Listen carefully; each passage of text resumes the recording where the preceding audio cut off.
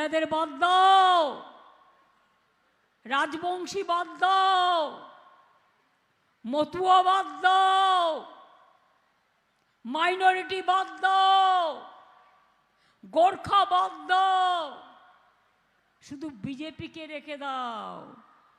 ভারতের রাজনীতিতে যখনই বড় কোনো পরিবর্তনের আভাস পাওয়া যায় তখনই তা নিয়ে দেশজুড়ে আলোচনা শুরু হয়।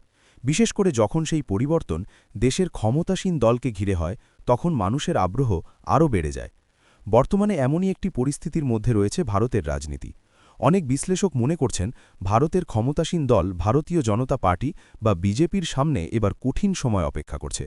একসময় যে দলটি টানা কয়েকটি নির্বাচনে বিপুল সাফল্য পেয়েছিল সেই দলের জন্য এখন নানামুখী চ্যালেঞ্জ তৈরি হয়েছে।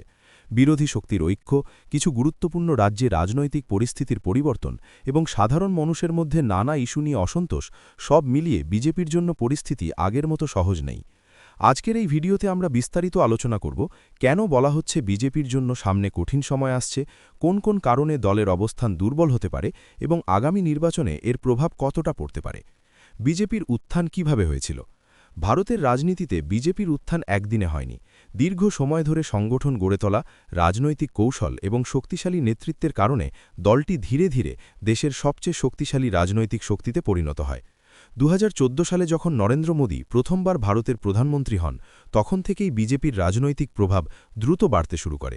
উন্নয়ন, জাতীয়তাবাদ এবং শক্তিশালী নেতৃত্বের বার্তা দিয়ে দলটি ভারতের রাজনীতিতে নতুন অধ্যায় তৈরি করে।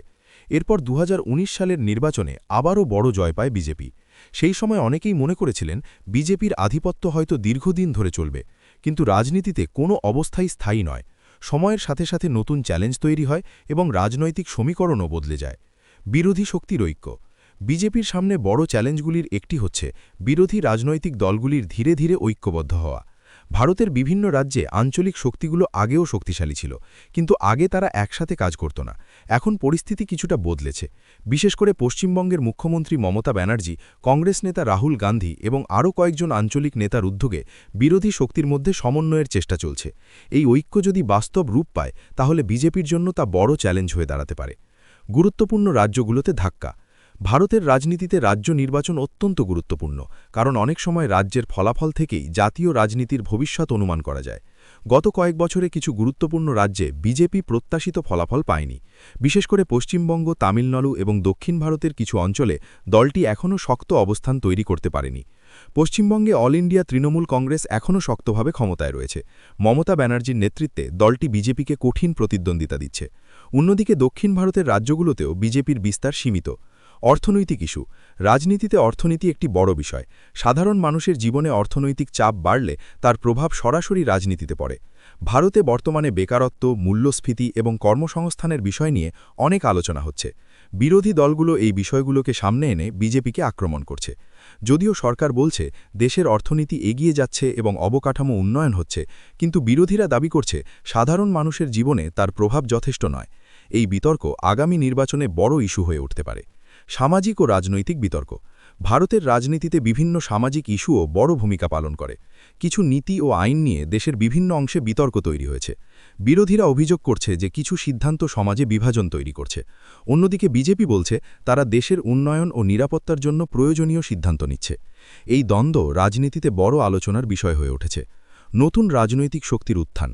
ভারতের রাজনীতিতে মাঝে মাঝে নতুন রাজনৈতিক শক্তির উত্থান ঘটে। যেমন দিল্লিতে আম আদমি পার্টি দ্রুত জনপ্রিয়তা অর্জন করেছে। দলটির নেতা অরবিন্দ কেজরিওয়ালও এখন জাতীয় রাজনীতিতেও গুরুত্বপূর্ণ আলোচনার বিষয় হয়ে উঠেছে। যদি নতুন রাজনৈতিক শক্তিগুলো আরও বিস্তার লাভ করে তাহলে তা বড় দলগুলির ভোটের সমীকরণে পরিবর্তন আনতে পারে। বিজেপির শক্তির জায়গাগুলোও আছে, তবে এটা বলা ঠিক হবে না যে বিজেপি সম্পূর্ণ দুর্বল হয়ে পড়েছে। দলের এখনও শক্তিশালী সংগঠন রয়েছে। দেশের অনেক রাজ্যে বিজেপির শক্ত ভিত্তি আছে। এছাড়া প্রধানমন্ত্রী নরেন্দ্র মোদীর জনপ্রিয়তাও এখনও উল্লেখযোগ্য। এছাড়া বিজেপির নির্বাচনী কৌশল এবং প্রচারণা শক্তিও অনেক শক্তিশালী বলে মনে করা হয়। সামনে কি হতে পারে? আগামী নির্বাচনে ভারতের রাজনীতি কোন দিকে যাবে তা এখনই কথা। ভারতের রাজনীতি সবসময়ই অত্যন্ত গতিশীল। এখানে খুব দ্রুত পরিস্থিতি পরিবর্তন হতে পারে। একসময় যে দল অপ্রতিরোধ্য মনে হয়, সময়ের সাথে সাথে তার সামনে নতুন চ্যালেঞ্জ তৈরি হয়। বিজেপির ক্ষেত্রেও এখন ঠিক সেই ধরনের একটি সময় চলছে বলে অনেক বিশ্লেষক মনে করছেন। তবে রাজনীতির শেষ কথা কখনোই আগে থেকে বলা যায় না। শেষ পর্যন্ত সিদ্ধান্ত নেয় জনগণই। আগামী নির্বাচনই বলে দেবে বিজেপি কি আবারও শক্ত অবস্থান ধরে রাখতে পারবে নাকি সত্যি ভারতের রাজনীতিতে নতুন কোনো অধ্যায় শুরু হতে যাচ্ছে। ধন্যবাদ।